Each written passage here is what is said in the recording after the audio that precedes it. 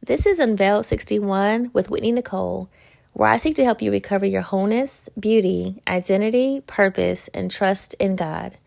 January 10th, 2025. Please choose from the following options. Have you ever been certain someone was your spouse? This is me, more times than I care to admit. I look back and realize my heart chose before my mind could make an intelligent decision, if I even should. Several times I've had to make the sniffled-filled declaration, I can't wait till the day I wake up and don't think about him anymore. And there's been a few hims. Today, I don't feel that way. A solemn sweetness rests within me. This isn't a person I could ever erase. He'll always be a part of my story, just not starring in the position I had hoped he'd be. It has been a long 4 years to finally have this question in my heart answered. And instead of it feeling like a death sentence, it's actually brought a lot of freedom, joyful freedom, because I'd been in prison wondering if and when. And even when I tried to let go, my heart wouldn't let me. I loved him, and now I realize that I don't have to force my heart not to. I accept that it will, but shifted, knowing that he isn't him, and my soul finds rest in this. But like when I came up out of my marriage, I'm making another declaration that I'm not doing this again. That this is allowing my heart to pick people who shouldn't even be on the list to choose from. A criterion I had not considered until this relationship that will now be going towards the top of that list is that I'm only picking people who pick me.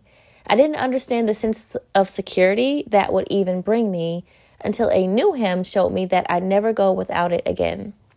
There are 3 qualities this man possessed that created this impression. And ultimately, his presentation helped set me free from the bond I wasn't sure could be broken. He was decisive, intentional, and transparent. And it's not that I've not had men approach me before, directly stating their desires for me, but there was something sure, vulnerable, and longing in the way in which this man expressed his intentions. This combination was the confirmation I needed to inform me that other man wasn't my husband. And because if he was, I wouldn't still be asking myself that question 4 years later.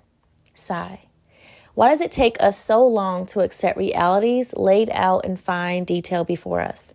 I guess we're still looking for those exceptions in the footnotes. Take it from me, boo. Don't do it. And it was as if the Spirit highlighted this truth to me when the second man spoke similar words as the first, but the difference was astounding. In a conversation early in my friendship with the first man, he said the following: "You're a diamond in the rough. You're a gem, but not every man wants a diamond." Now, to be fair, he was speaking of a previous relationship I had been in, and through his friendship, he had done much to let me know I was valuable and would be an asset to a different kind of man. Somewhere along the way, I became hopeful he would be him, that different kind of man. But contrast his words with the second man who, when he felt my breakup speech and was about to relinquish the fact that maybe he could just accept me as a sister and friend, said this: "But you're so pretty.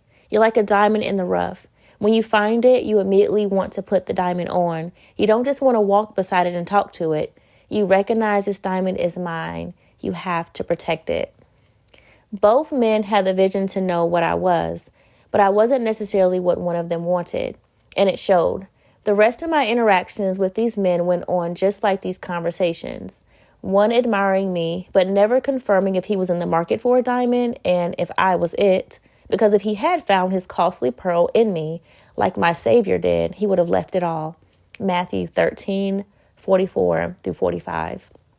On the other hand, the second with certainty stated I was a jewel he was ready to purchase, but first he needed to prepare his heart and home for my display. Now, the veracity of his words is still left to be determined, yet his resoluteness gave me the clarity that I wanted to be chosen. Criterion 1, check. But it's not just enough to be chosen. We have to make an informed decision if we should choose them back. After going through a painful marriage and divorce, I'm certain I want a different story if I ever leap off the side of that pool again. There was a season in my journey where I was so desperate to be covered by a husband. I don't ever recommend making a long-term decision when you're in a temporary wilderness. Heal, girl, heal. So that's what I did. I needed counsel and fences to help me stay put when my feet wanted to run to what would have been fleeting comforts and fast collisions. Today, I'm so thankful that I've finally grown to the decision that I'm not running back to the safe insecurity of him, whoever him is. And by safe, I mean because it's what I know. And by insecurity, because it's what he produces in me every day he refuses to only choose me. One of the commitments I made to the Lord is that I would never put myself under the leadership of someone who wasn't being led by him. The Lord truly is my life. Literally, there were days I had to ask him for breath to breathe because I couldn't. Since then, my desire has been to never leave the security of him being my first love again. Yet, not only do I want to please my Lord in this way, I desire my husband's pleasure too. I want him to succeed in his role with me as his best supporting actor. I don't want to set any man up for failure when I know he doesn't have the right suit in his wardrobe and no desire to work for it that would make him suitable to lead me. I would like to have the posture of a trusting and submissive wife. I want to be able to follow my husband to the ends of the earth, but I can't follow him if he's not following him. I want peace in my home. I want peace for my husband. And we can have peace through storms, but I don't want to be in storms because my husband is fishing to be a Jonah. God says he will turn the hearts of kings. Proverbs 21:1. I need to know that when I pray to the Lord, he can turn my king's heart with ease. There were lots of kings in the Bible, but they weren't all set up the same. I need to know if he's stubborn or teachable, prideful or humble, disobedient or reverent, faithless or faithful, a fan of Yahweh or a follower of him. And then I need to know if I can get up under his mission. What does the Lord purpose him for? What work has he given him to do?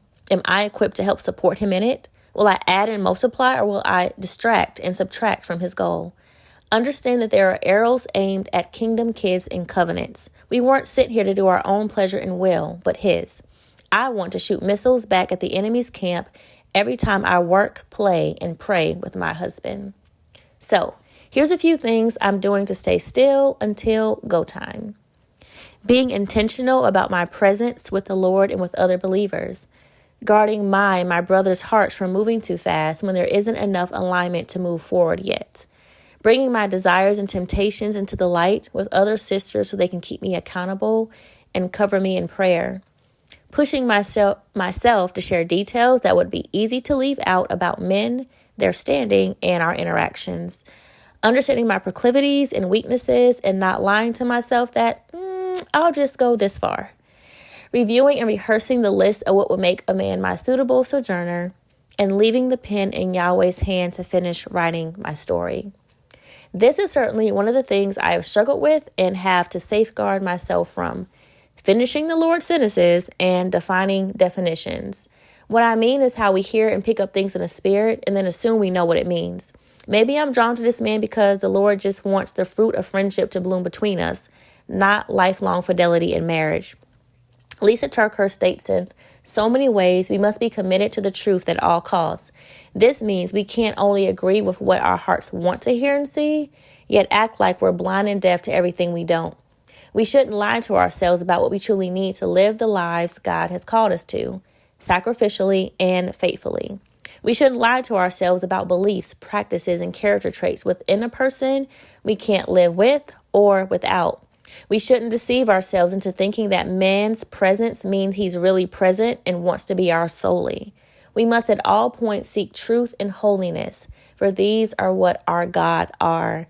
And if he has marriage for us, then he will give us ones founded upon his truth and ones that will be holy and acceptable in his sight. So, I solicit your prayers. I don't ever want to live in the bondage of if and when again. I want to always keep my hands open to receive and release. I want to be patient in my estimations and confirm this is him in the company of my Lord, my brethren, and the deliberateness of my husband's words and actions that align. That is, if he exists.